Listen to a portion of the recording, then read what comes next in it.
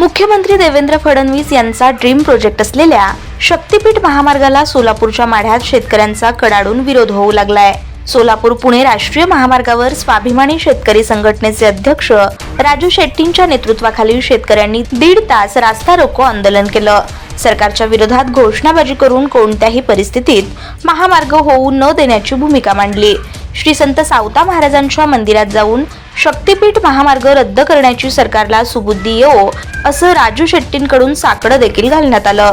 राजू शेट्टींचे आंदोलनावेळेचे भाषण सुरू असताना IPS अधिकारी राहुल आत्राम आणि राजू शेट्टी यांच्यामध्ये शाब्दिक खडाजंगी झाली। आंदोलनाच्या वेळेवरून ही खडाजंगी झाली। यावेळी राजू शेट्टी IPS अधिकाऱ्यावर संतापले आणि त्यातच उपस्थित शेतकऱ्यांनी देखील उभं राहून आवाज उठवला। पोलीस दलातील एक मोठे IPS अधिकारी आहेत, त्यांनी देखील मला फोन करून शक्तीपीठ रद्द करा असं म्हणालेत, असं देखील राजू शेट्टींनी आवर्जून यावेळी बोलताना सांगितलं। काही वेळानं पोलीस आणि शेतकऱ्यांमधील गोंधळ थांबला। पहिले 40 मिनिटं कुठे दिली? पहिले 20 मिनिटं हे बोलले आणि आपण 20 मिनिटं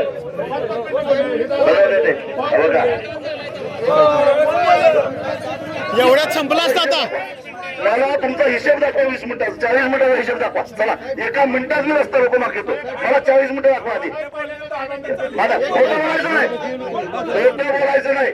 तुम्हाला कसं हे 40 मिनिटं सांगितलं ना, जरा जबाबदारीने बोलायचा। बस पुन्हा बोलायला फायदा नाही तुम्हाला, जबाबदारीने बोलायचं।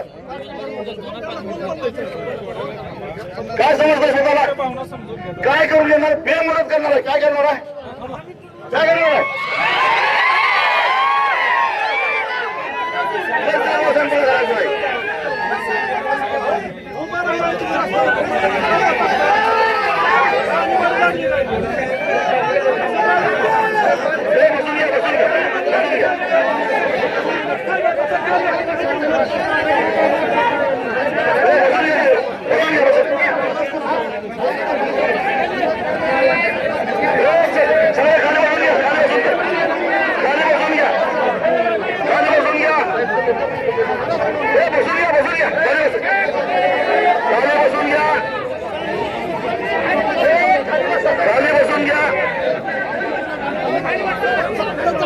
करायचं नाही।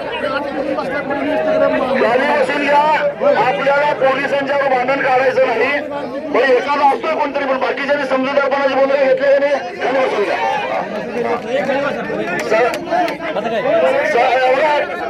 पोलिसांनी सुद्धा समजूतदारपणाची भूमिका घेतली। माझा अर्थ ऐका, मी थोडक्यात बोलतो। मला सांगायचं आहे,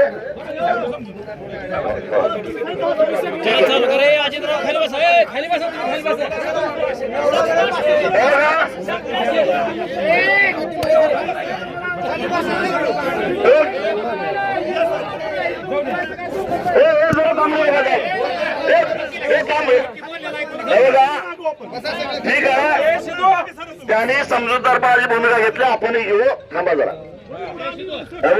पोलिसांना माझी विनंती आहे, एखादा अपघात झाल्यानंतर थोडा वेळ थांबतो की नाही, आपण रस्ता बंद होतोय की नाही? अरे शेतकऱ्याच्या आयुष्यामध्ये अपघात व्हायला लागलेला आहे, जरा सहकार्य करा। पण तुमच्यातले 80% लोक शेतकरीच आहेत, मला माहिती आहे।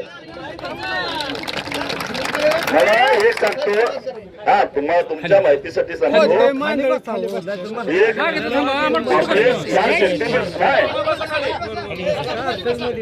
एक किस्सा सांगतो तुम्हाला। शक्तीपीठ महामार्गामध्ये जमीन जाणारे एक बाधित मोठे पोलीस अधिकारी आहेत आणि ते मला सांगतात, साहेब काहीतरी करावं, आमची जमीन वाचवा। म्हणजे पोलिसांची जमीन जाणार नाही तशातला भाग नाही। पाहिजे नाव सुद्धा तुम्हाला सांगतो कोण आहेत ते, आणि IPS अधिकारी आहेत ते, साधे सुधे पण नाही। तेव्हा मला एवढंच सांगायचं आहे, हा शक्तीपीठ महामार्ग काही गरजेचा नाही आहे। सरकारला पाहिजे असेल तर नागपूर रत्नागिरी हा जो हायवे आहे तो रुंद करावा आणि तो 8 पदरी केला तरी सुद्धा जमीन शेतकऱ्याची घ्यावी लागणार नाही, एवढी जमीन आधीच तिथं घेऊन ठेवलेली आहे। तो करावा। गोव्याला जा, कुठेही जा, कोल्हापुरातनं गोव्याला जायला 8 रस्ते आहेत आणि नागपूर रत्नागिरी आपला रस्ता आहे तो चांगला आहे, सुस्थितीत आहे, तो रुंद करा पाहिजे, एक्सप्रेस करा, आमचं काही म्हणणं नाही। पण हा नवा रस्ता करून 27,000 एकर बागायती जमीन त्याचं वाटोळं भाऊ नका शेतकऱ्याला।